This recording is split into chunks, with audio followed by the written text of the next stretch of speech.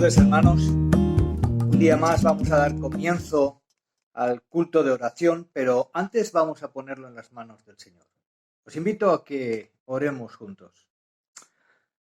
Padre nuestro que estás en los cielos, te alabamos y bendecimos tu nombre. Y te damos las gracias porque a través de la obra de Cristo Jesús, Él te ha dado a conocer a nosotros y nos has dado el privilegio no solamente de conocerte, sino de que tu obra salvadora haya sido efectiva y sea efectiva en nuestras vidas. Y te alabamos por ello y te damos las gracias porque un día más vamos a poder tener la oportunidad de alabar tu santo nombre y de poder estar alrededor de tu santa palabra. Y rogamos que bendigas este tiempo. Te alabamos, Padre, en el nombre precioso de nuestro Señor Jesucristo. Amén. Muy bien, hermanos, pues me gustaría dejaros un texto para animarnos, estimularnos a alabar el nombre del Señor. Y este texto es el que estuvimos estudiando el jueves pasado, los 2 primeros versículos del capítulo 1, porque ahí vamos a ver, hermanos, la función que tiene la Trinidad en el plan de salvación. Y este pasaje dice así: Pedro, apóstol de Jesucristo, a los expatriados de la dispersión en el Ponto, Galacia, Capadocia, Asia y Bitinia, elegidos según el previo conocimiento de Dios Padre por la obra santificadora del Espíritu, para obedecer a Jesucristo y ser rociados con su sangre, que la gracia y la paz sean multiplicadas. Me gustaría, hermanos, y esta semana yo he estado dando gracias y alabando el nombre del Señor por lo que se nos dice en el versículo 2. Y ahí, hermanos, se nos expone cuál es la función del Trino Dios en el plan de salvación. Y se nos dicen 3 cosas.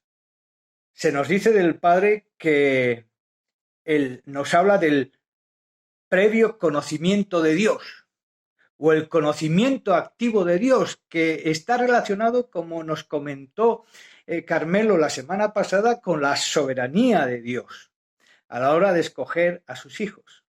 Nos dice Romanos 8:29 que porque a los que antes conoció, también los predestinó a ser hechos conforme a la imagen de su Hijo. Luego también se nos dice del Espíritu Santo, la obra santificadora del Espíritu Santo. Es la acción del Espíritu Santo para que tú y yo vivamos apartados para el Señor. Esa obra, ese poder que recibimos del Espíritu Santo para vivir fieles al Señor. Y por último se nos dice, utiliza un término para, es decir, propósito. Y se nos dice que para obedecer a Cristo y ser rociados con su sangre. Una vez más se nos recuerda la obra de nuestro Señor Jesucristo, cómo a través de su sangre preciosa Él hizo un pacto nuevo en su sangre. Y todo ello, hermanos, para que nosotros, tú y yo, podamos vivir vidas obedientes a nuestro Señor Jesucristo. Es por eso que en esta tarde te animo a que podamos alabar el nombre de nuestro Dios, que podamos alabar no solamente la obra de Jesucristo, sino también la obra del Padre y del Espíritu Santo, que la obra de los 3 es una obra que se llevó a cabo en el plan de salvación para que ahora tú y yo podamos disfrutar de la bendición de vivir cerca del Señor y podamos también servirle, porque como vamos a ver también en esta carta, no hemos sido comprados con oro, plata o piedras preciosas, sino con la sangre preciosa de Jesucristo. Y hermanos, te animo a que en esta tarde podamos alabar al Trino Dios por ese plan perfecto de salvación por el que tú y yo podemos estar ahora delante de la presencia del Señor y podemos alabar. Que el Señor os bendiga, hermanos.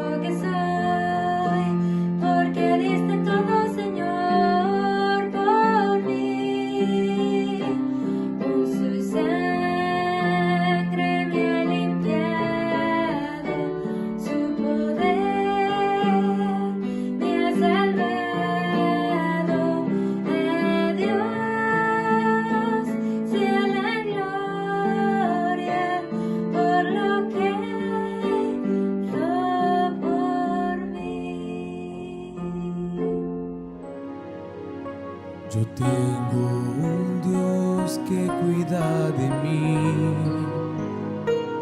en cada detalle.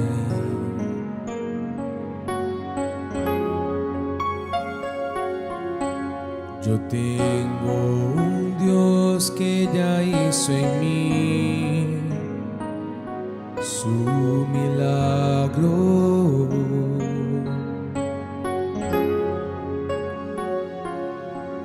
Me libró de lo que no podía ver, ya estaba preparado antes de nacer, y por cada cosa que iba a perder, preparó el doble para devolver. Abrió cada puerta que el mundo cerró, ya no valía nada, él me dio valor. Cambió mi historia y me hizo crecer. Me dijo que sus sueños van más allá de lo que puede imaginar.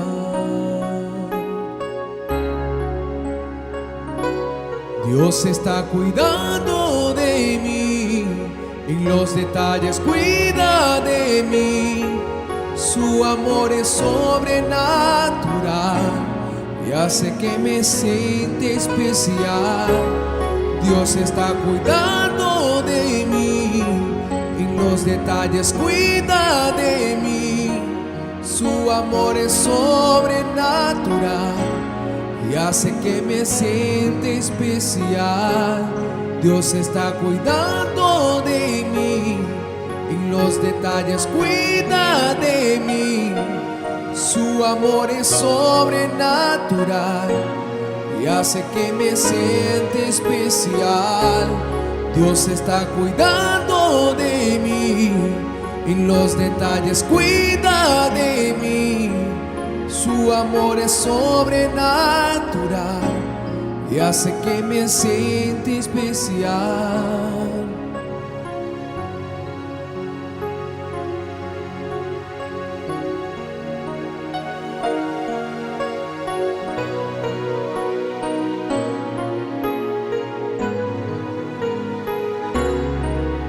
Me libró de lo que no podía ver, ya estaba preparado antes de nacer, y por cada cosa que iba a perder, preparó el doble para devolver. Abrió cada puerta que el mundo cerró, ya no valía nada, él me dio valor. Cambió mi historia y me hizo crecer. Me dijo que sus sueños van más allá de lo que puede imaginar. Dios está cuidando de mí, en los detalles cuida de mí. Su amor es sobrenatural y hace que me sienta especial. Dios está cuidando de mí, en los detalles cuida de mí. Su amor es sobrenatural y hace que me sienta especial.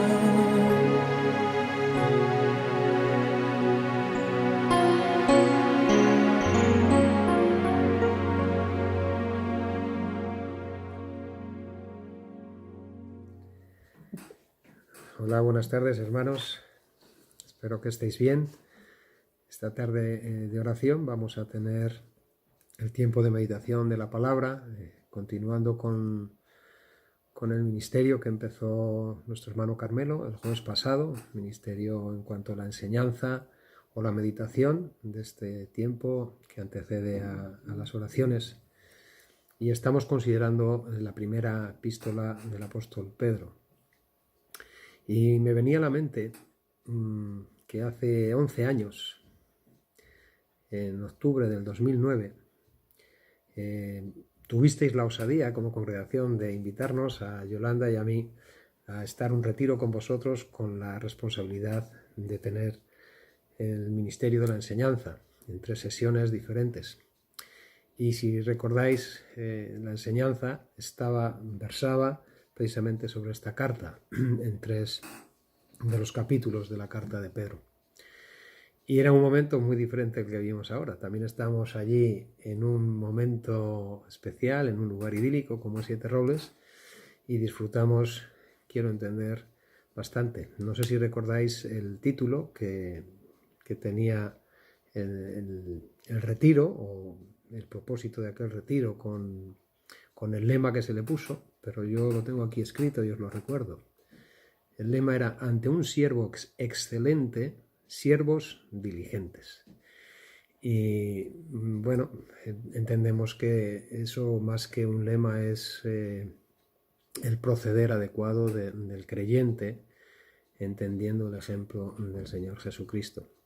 En este caso también un siervo excelente era Pedro, como ese apóstol que fue cambiando su carácter con el paso del tiempo, ese pescador que, siendo un pescador de peces, acabó, como el Señor pronosticó, siendo un pescador de hombres. Y aquí está el apóstol Pedro ejerciendo no solamente como el pescador, sino como aquel pastor que el Señor Jesucristo le encargó que cuidase de las ovejas y apacentase los rebaños. Y él está, a través de esta carta, ejerciendo de esta forma. Por lo tanto, vamos a tener la consideración de la palabra de los versículos del 3 al 6.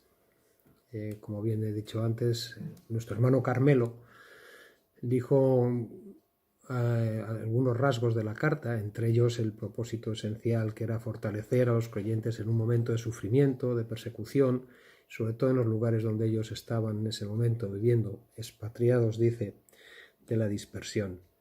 Y también habla de la intervención divina en las tres personas de la Trinidad, Padre, Hijo y Espíritu Santo, trabajando en los creyentes de una manera excepcional, en esa elección, en esa presciencia divina y sobre todo en esa santificación del Espíritu Santo para obedecer.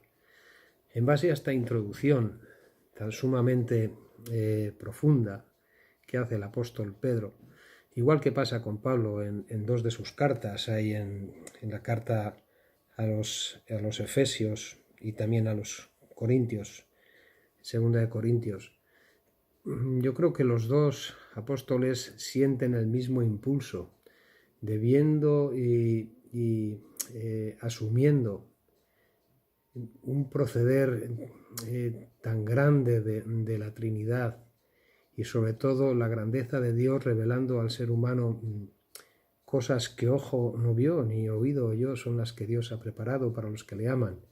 Y ellos eran dos siervos que amaban al Señor profundamente. Pues en esa admiración, los dos tienen una misma disposición en la carta, y los dos llega un momento que hacen una especie de doxología, es decir, una alabanza directa a Dios.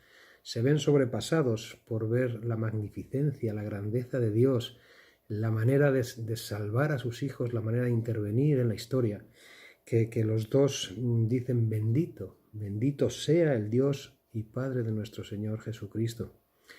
Y es algo que viene al corazón de cada creyente cuando nos vemos sobrepasados por la gracia divina, cuando vemos la intervención de Dios en nosotros, cuando nos permite contemplar su palabra de una manera que nos impulsa a adorarle, a vernos sobrepasados de su gracia, de su misericordia, de su bondad. Y es lo que el apóstol Pedro hace aquí en esta carta, empezando con esta bendición: bendito el Dios y Padre de nuestro Señor Jesucristo. El apóstol Pedro va a ensalzar la salvación que el creyente ya posee, y lo hace iniciando una alabanza al autor de la misma. El autor por excelencia de la salvación es Dios, y lo hace a través, en la persona de su Hijo, y a través del Espíritu Santo. Bendito sea el Dios y Padre de nuestro Señor Jesucristo, que según su grande misericordia, dice el versículo 3, nos hizo renacer para una esperanza viva por la resurrección de Jesucristo de los muertos. Como hemos dicho antes, Pedro irrumpe en alabanza al autor de esta salvación, y lo hace diciendo: el Dios y Padre de nuestro Señor Jesucristo. Aquí se hace referencia a la doble relación de Dios con el Señor Jesucristo. Por un lado, el nombre Dios hace énfasis en la humanidad del Salvador. El nombre Padre enfatiza la deidad del Hijo de Dios. Se da a continuación el nombre completo del Hijo. Dice Señor Jesucristo. Y entender este nombre que se le da al Señor, las implicaciones que ello tiene, de Señor, por un lado, aquel que tiene el derecho exclusivo de reinar en los corazones y en las vidas. El nombre de Jesús, aquel que salva a su pueblo de sus pecados. Y en tercer lugar, Cristo, el ungido que ha sido exaltado al más elevado lugar del cielo. Fue por la gran misericordia de Dios que nos hizo renacer para una esperanza viva, continúa el versículo, mediante la resurrección de Jesucristo entre los muertos. Dios es la fuente de esta salvación. Su gran misericordia es la causa de ello. El nuevo nacimiento, el renacer, es su naturaleza. Y una esperanza viva es su presente recompensa. La resurrección de Jesucristo es la base justa de nuestra salvación, así como el fundamento de nuestra esperanza viva.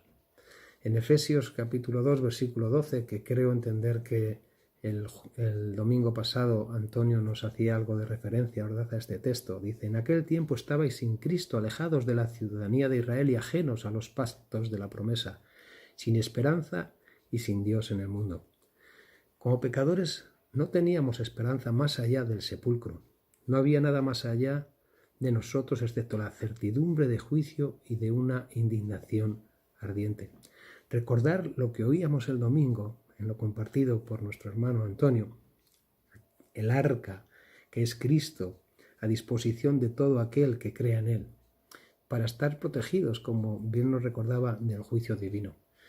Como miembros de la primera creación estábamos bajo sentencia de muerte, pero en la obra redentora de Cristo Dios halló una base justa sobre la que puede salvar a los impíos y seguir siendo justo.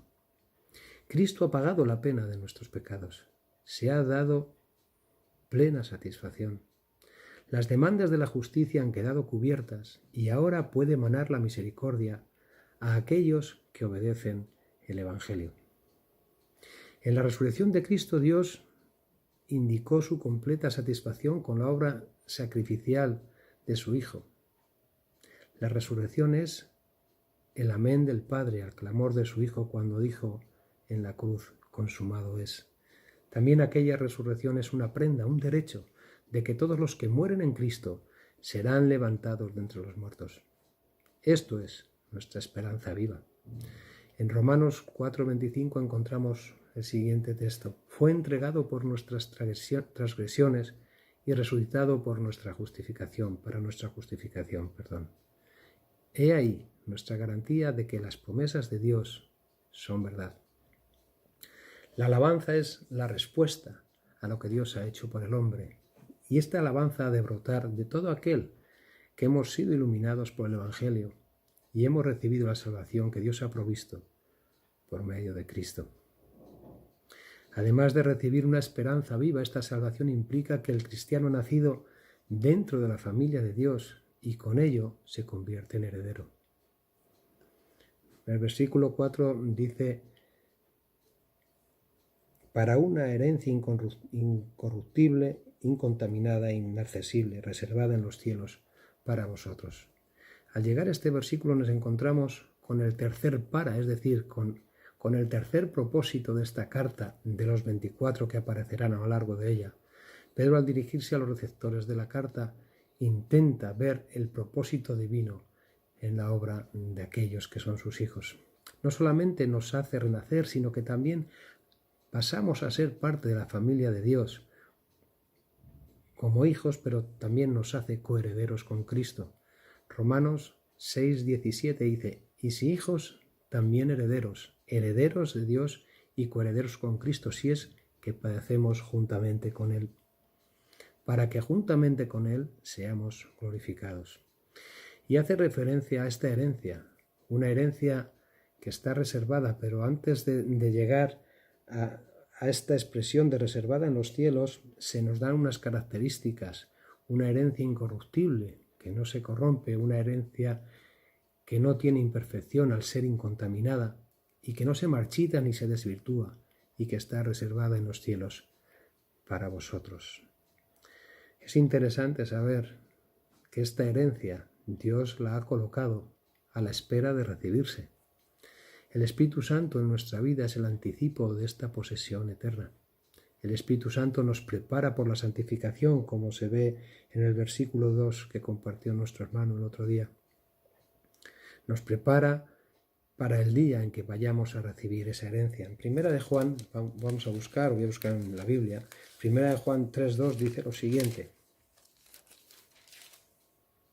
Amados, ahora somos hijos de Dios y aún no se ha manifestado lo que hemos de ser, pero sabemos que cuando Él se manifieste seremos semejantes a Él, porque le veremos tal como Él es. La fe en el Evangelio no es un producto nuestro. Cuando venimos y creemos el Evangelio, el cual se podría desvanecer, sino que es el poder de Dios. Y es lo que encontramos en el texto, que sois guardados por el poder de Dios mediante la fe. Podemos imaginar una herencia, pero la herencia necesita que estos herederos lleguen a disfrutarla. Y es lo que la fe hace en nosotros. Dice que la fe que está en nosotros no es que nosotros la generemos, sino que nos dice en Efesios 2:8, porque por gracia habéis sido salvados por medio de la fe, y esto no de vosotros, sino que es don de Dios, no por obras, para que nadie se gloríe. La fe, hermanos, es el canal por el que el hombre recibe la salvación de Dios, y Dios la provee. La fe no es causativa, no es la causa de la salvación es enteramente obra de Dios. El hombre o la recibe o la rechaza, como escuchábamos el domingo pasado con Antonio. Nadie era obligado a subir al arca, pero hubo posibilidades de hacerlo. Nadie es obligado a aceptar al Señor, pero todos tenemos oportunidad para ello. La fe domina la respuesta de los que la reciben. Esto, no de nosotros, enfatiza que la salvación no es una obra del hombre. La fe se produce solo cuando Dios obra en el corazón para traer convicción y luego confianza. Tal vez cada uno de nosotros recordaremos el momento en que, a lo largo de nuestra breve historia antes de venir al Evangelio, alguien nos fue hablando, compartiendo, hablando buenas nuevas. Tal vez nos incomodaba, tal vez no lo ignorábamos, pero Dios iba dejando en nuestros corazones esa inquietud. Y no tenemos respuesta de por qué en nuestros estados anímicos al final entendimos. Pero las circunstancias se dieron y el Evangelio se nos presentó. Y por la gracia divina dijimos sí a lo que se nos presentó. Y desde entonces podemos decir que andamos con el Señor y el Señor con nosotros. Aquellos que piensan que dejan la decisión de buscar a Dios para el final de sus vidas, muchas veces nos podemos encontrar las personas, bueno, hay tiempo, ¿verdad? Eso no les va a funcionar y todos lo sabemos. Algunos hombres que han hecho esto al final de sus vidas confesaron: no puedo creer. No depende de nosotros, es la obra de Dios, pero tampoco cuestionemos a Dios como si la obra fuese nuestra. La Escritura dice: si oyeres hoy su voz, no endurezcas tu corazón. Hoy es el día de salvación, mañana no sabes si podrás oírla. Lo encontramos también en el libro de los Romanos. La fe, por lo tanto, nos aparta para alcanzar la salvación que está preparada y que está reservada en los cielos para vosotros. Está ya, ahora, no en el futuro, es decir, está segura. Dios no está esperando a que nosotros lleguemos para improvisar. Dios, en base a la fe que ha puesto en nuestros corazones, el Señor Jesucristo dijo a sus discípulos: me voy a preparar lugar para vosotros, para que donde yo estoy, vosotros también estéis. Y esa preparación está hecha. El Señor Jesucristo tiene preparado un lugar especial para aquellos que hemos creído en Él, depositado en los cielos, y aguarda el momento en que pueda ser manifestada a todo el mundo. Será revelada. La fe al final será premiada, no porque nosotros merezcamos un premio, sino porque hemos guardado el depósito para aquel día, ¿verdad? Como dice el apóstol Pablo. Llegamos al versículo 6. Dice: esto produce en nosotros un regocijo. El creyente tiene que regocijarse, ¿verdad? En lo cual vosotros os alegráis, aunque ahora por un poco de tiempo, si es necesario, tengáis que ser afligidos en diversas pruebas.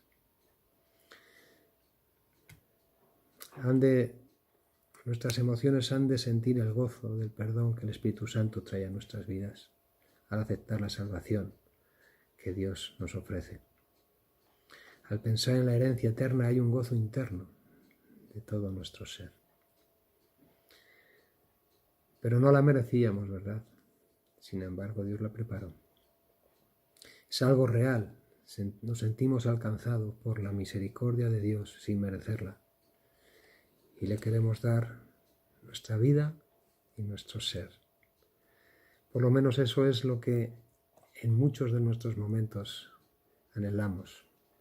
Es debido a las emociones a lo largo de toda la historia que se han escrito salmos e himnos que los tenemos hoy a nuestra disposición, que han llevado a las personas a admirarse, a ver la creación con un creador, a ver la vida con un sentido de alguien que da sentido a esa vida.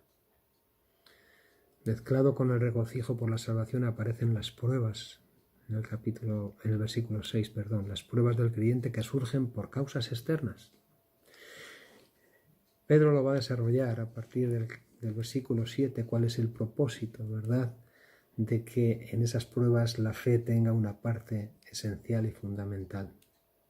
Aunque ahora por un poco de tiempo, si es necesario, seáis afligidos con diversas pruebas, por un poco de tiempo. Es decir, no vamos a ser tentados o probados más allá de lo que podamos resistir. Dios no tienta a nadie, pero sí prueba, ¿verdad? La prueba tiene un sentido. Ahora estamos en una fase de nuestras vidas viviendo situaciones que nadie esperaría. Y una de las cosas que casi todos estamos esperando es que alguien nos haga una prueba para ver si dentro de nuestro interior el famoso COVID ha pasado, no ha pasado, o si no hay opciones de ni que tan siquiera pase. Pero esas pruebas de diferentes maneras las estamos anhelando, o por lo menos, no sé si la palabra es anhelar, pero sí sentir cómo nos encontramos. Pues salvando lo del COVID, Dios también prueba nuestra fe. Y la prueba con las circunstancias, con situaciones, para ver que nuestra fe está ahí, que nuestra fe es auténtica, que nuestra fe no se viene abajo, no es pasajera, es presentar el Evangelio a otros, sentir el defender la fe que Dios ha puesto en nuestras vidas, el ser testimonio a otros, el ocupar nuestro corazón, nuestra mente con las cosas de Dios, el valorar la palabra, el usar la palabra, el dejarnos usar por Dios para hablar con otros, el superar miedos y circunstancias en el poder de Dios para que Él pueda ser glorificado por medio de nuestras vidas. Hay tantas circunstancias que pueden suceder. Cuando pensaba también en este texto, ya estamos casi acabando el tiempo, pero me venía a la mente, cuando se hablaba de las desescaladas y de los confinamientos, aquellas personas que tenían una segunda vivienda. Y el gobierno insistía en que las personas, aunque tuviesen una segunda vivienda, no podían ir a ella una vez que estaban en la primera. Y tenían que estar allí porque ahí estaban empadronados y allí era el lugar donde ellos tenían que estar obligatoriamente. Bueno, nosotros como creyentes, hermanos, tenemos una segunda vivienda. Y por ilustrarlo un poco, esa segunda vivienda que tenemos, como nos dice en Corintios, capítulo 5, 2 Corintios 5:1, dice, porque sabemos que si nuestra morada terrestre, este tabernáculo se deshiciere, tenemos de Dios un edificio, una casa no hecha de manos, eterna en los cielos. Pensaba en esta segunda vivienda, el propósito que el gobierno, o la intención del gobierno era evitar que una persona pudiese volver a pasar a otro lugar y yendo a su vivienda volviese a llevar el virus y pegar a personas que no lo tenían, es decir, trasladarlo de un lugar a otro. Y yo pensaba en la herencia del cielo, esa herencia que Dios tiene preparada. Cómo Dios nos va a permitir llegar allí, ¿verdad? Me venía a la mente cuando el Señor Jesucristo resucitó, se presentó a los discípulos Y hubo un momento de su presencia que alguien fue a tocarle y dice, no, todavía no me toques, tengo que subir al Padre. Y esa sensación, hermanos, que nosotros debiéramos de valorar en nuestras vidas, la obra del Espíritu Santo, nosotros pasaremos a esa segunda vivienda, pero antes pasaremos, si el Señor no viene antes, por un estado de muerte, ¿verdad? Y iremos a recibir esa herencia, una herencia incorruptible, inmarchitada, incontaminada e inmarcesible. Tendremos que ir en consonancia, ¿verdad? En consonancia a la limpieza y a la santidad del cielo. Y ese es el milagro que Dios hace en nuestras vidas. Aquí hemos sido salvados. El Señor está trabajando en nuestras vidas, pero pasaremos a la eternidad totalmente santificados por la obra del Espíritu Santo. Podremos ir al cielo.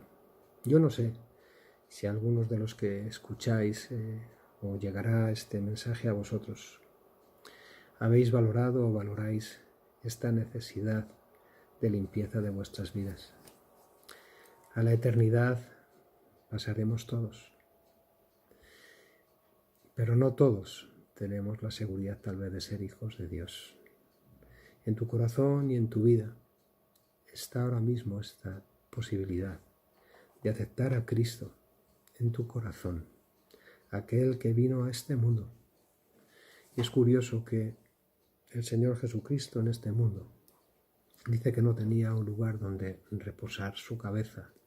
Vivió de tal manera, aunque tenía una vivienda en Capernaum junto con la familia terrenal, pero él vivía un poquito de prestado.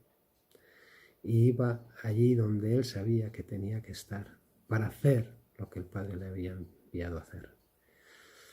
Pero lo que quiero decirte, amigo y hermano, en esta tarde, y a mí mismo me puedo decir, es valorar la posibilidad, por un lado, de restaurar en la medida de lo posible esta relación con Dios si estuviese un poquito enfriada. Pero si no hay ningún tipo de relación o sientes que no tienes una relación adecuada con Dios, animarte a acercarte a Él y a darle gracias y decir: bendito sea el Dios y Padre del Señor Jesucristo, que, según su grande misericordia, me puede hacer renacer a una esperanza viva. Él es nuestra esperanza y confío que en esta tarde nosotros disfrutemos de ella. Que el Señor os bendiga.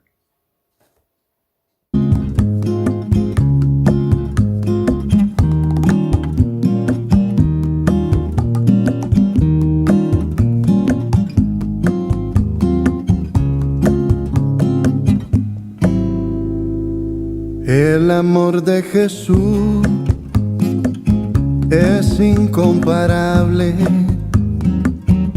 El amor de Jesús es inagotable. El amor de Jesús renovó mi ser, llenó de vida y luz mi corazón. El amor de Jesús es incomparable.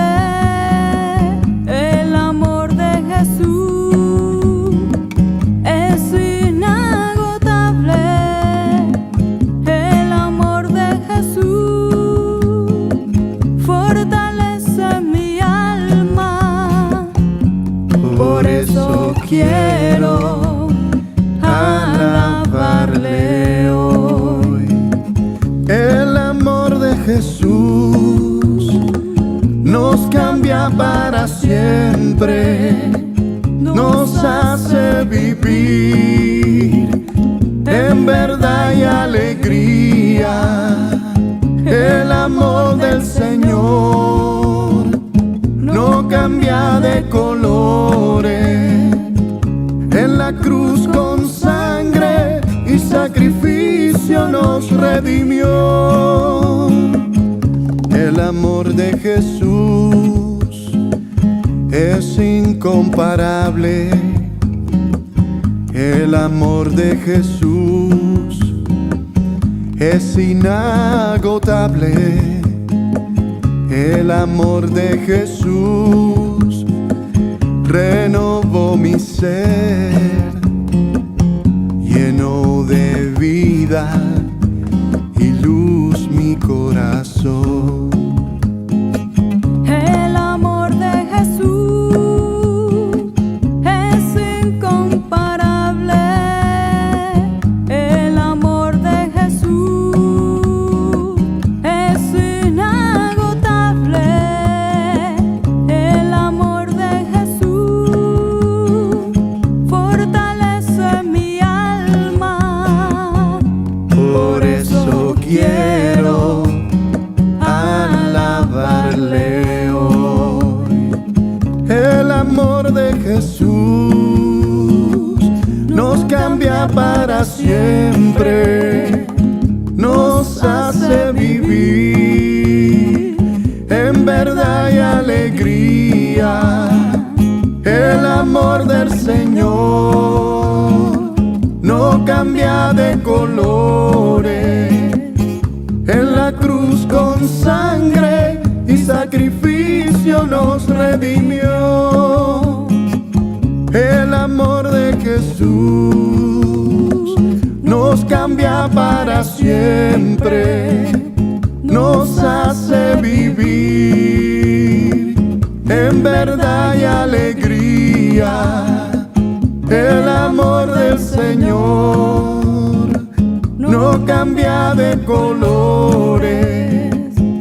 En la cruz con sangre y sacrificio nos redimió.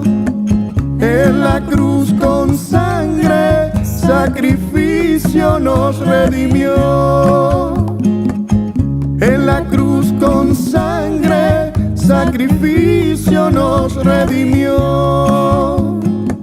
En la cruz con sangre, sacrificio nos redimió. En la cruz con sangre, sacrificio nos